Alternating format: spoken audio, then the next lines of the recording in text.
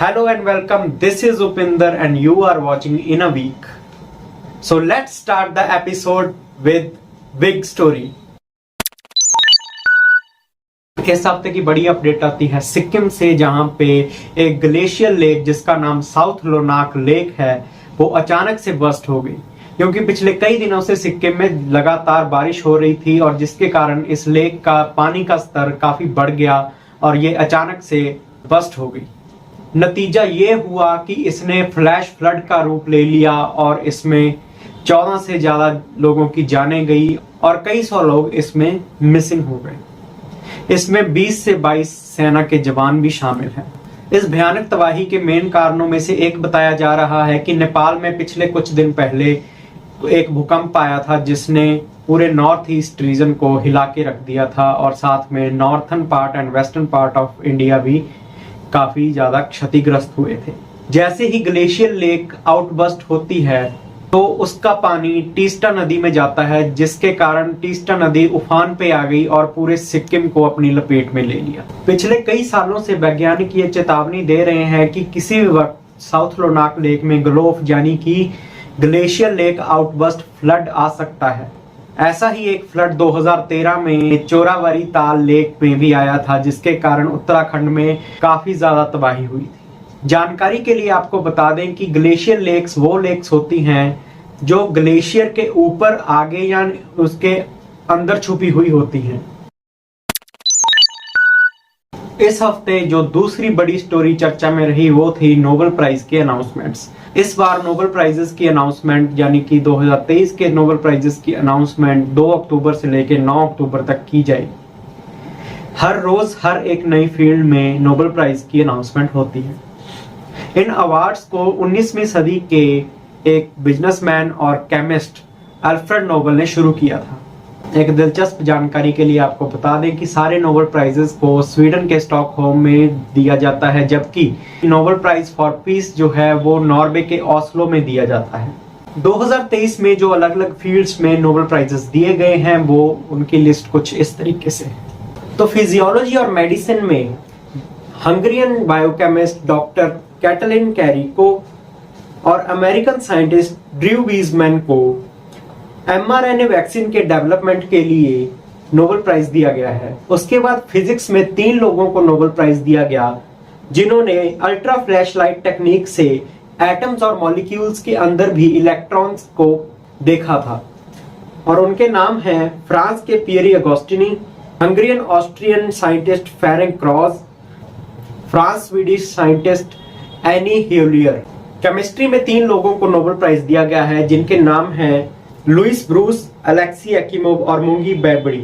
उसके बाद लिटरेचर में इनोवेटिव प्लेज और प्रॉस के लिए जॉन फॉस को नोबेल प्राइज दिया गया और नोबेल प्राइज फॉर पीस दिया गया है नरगिस मोहम्मदी को, जो कि ईरान की एक एक्टिविस्ट है और इस वक्त जेल में बंद है। तो let's start with the next segment, ऐसे कैसे। ओए, बंदा 2 मिनट लेट क्या हो गया भाई साहब, खुद ही शुरू हो गए।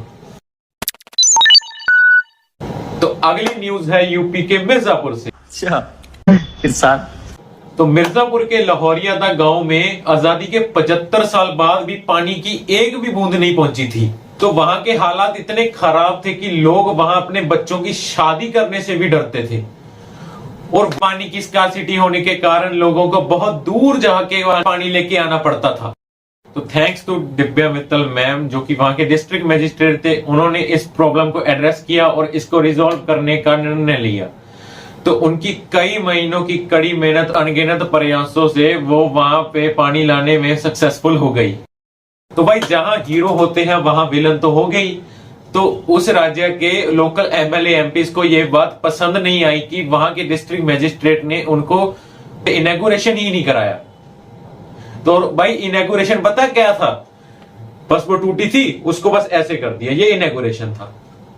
तो भाई ये बात उनको 75 सालों तक दिखी नहीं और अब इनको बुरा लग गया और योगी जी को चिट्ठी भी लिख दी कि वहां के डिस्ट्रिक्ट मजिस्ट्रेट का ट्रांसफर कर दिया जाए और उनका ट्रांसफर करवा भी दिया गया। हालांकि डीएम मैम ने हर घर जल स्कीम जो कि प्रधानमंत्री जी के द्वारा शुरू की गई थी उसके तहत कंस्ट्रक्शन शुरू किया गया था।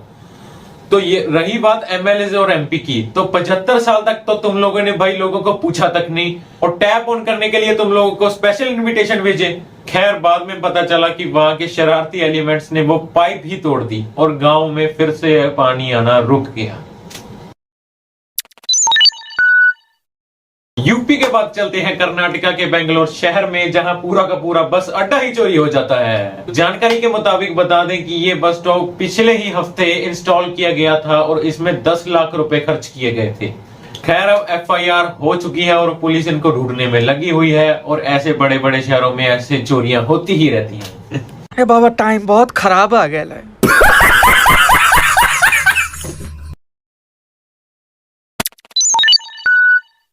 SYL जिसको सतलुज यमुना लिंक बोला जाता है, ये एक कैनाल है जो पंजाब से हरियाणा के बीच में कंस्ट्रक्ट की जा रही है। तो इसका मुद्दा फिर से गर्मा गया जब सुनवाई करते हुए सुप्रीम कोर्ट ने पंजाब, हरियाणा और सेंटर सरकार से कहा कि जल्दी से जल्दी इसका हल निकाला जाए, नहीं तो कोर्ट को इसमें इंटरवीन करना पड़ेगा।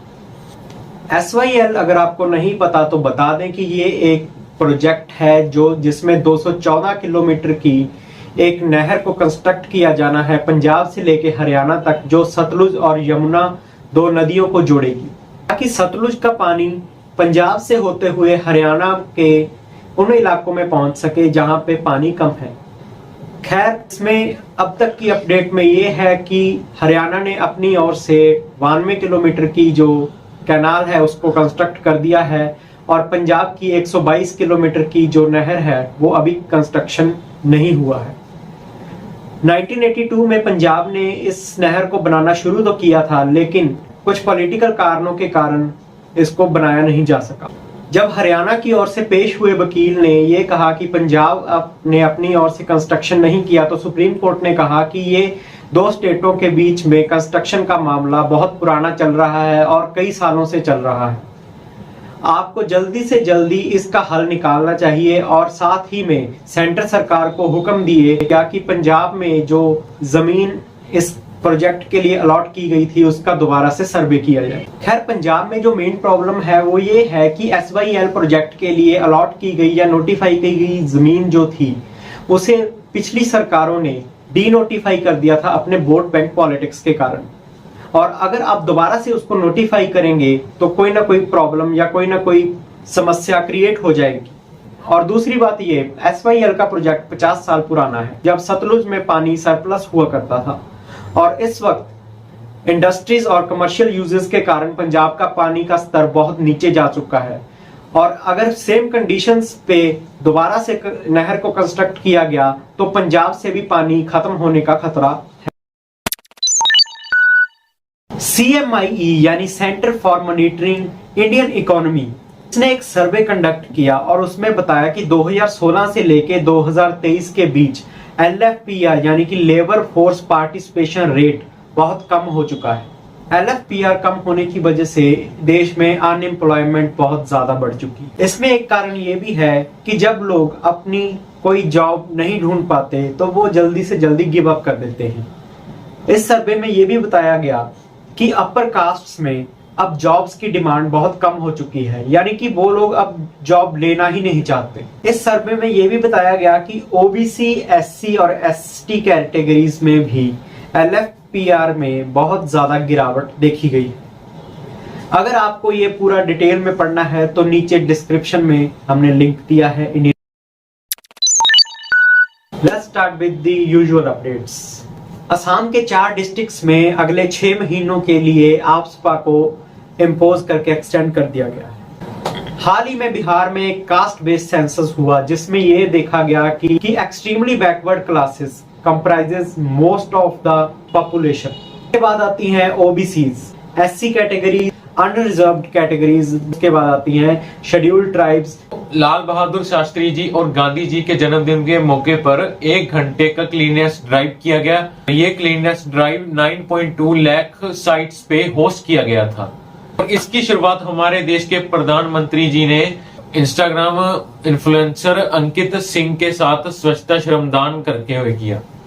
यूनियन गवर्नमेंट ने LPG सिलेंडर जो उज्ज्वला स्कीम के अंडर पर 200 रुपए की सब्सिडी को बढ़ाकर 300 रुपए कर दिया गया है। इंडियन हॉकी टीम ने एशियन गेम्स में गोल्ड मेडल जीता, जिससे अब इंडिया के पास टोटल 101 मेडल हो चुके हैं। तो गाजा और इजराइल में टेंशन तब बढ़ गई जब गाजा ने इजराइल पे 5000 मिसाइल ही तान दी। तो इजराइल के पीएम बोलते हैं कि we are at war and we will win. So the last update is from RBI, जहां आरबीआई के गवर्नर ने कहा कि रेपो रेट को चेंज नहीं किया जाएगा और 6.5% पे ही कांस्टेंट रखा जाएगा। My name is Aryan. The quote of this week is, the bigger the struggle, the better the win will be. Thank you. मुझे आप सभी से बात करके बहुत अच्छा लगा।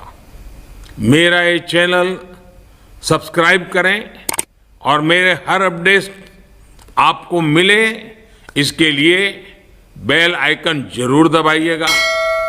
आप सभी को मेरी ढेर सारी शुभकामनाएं।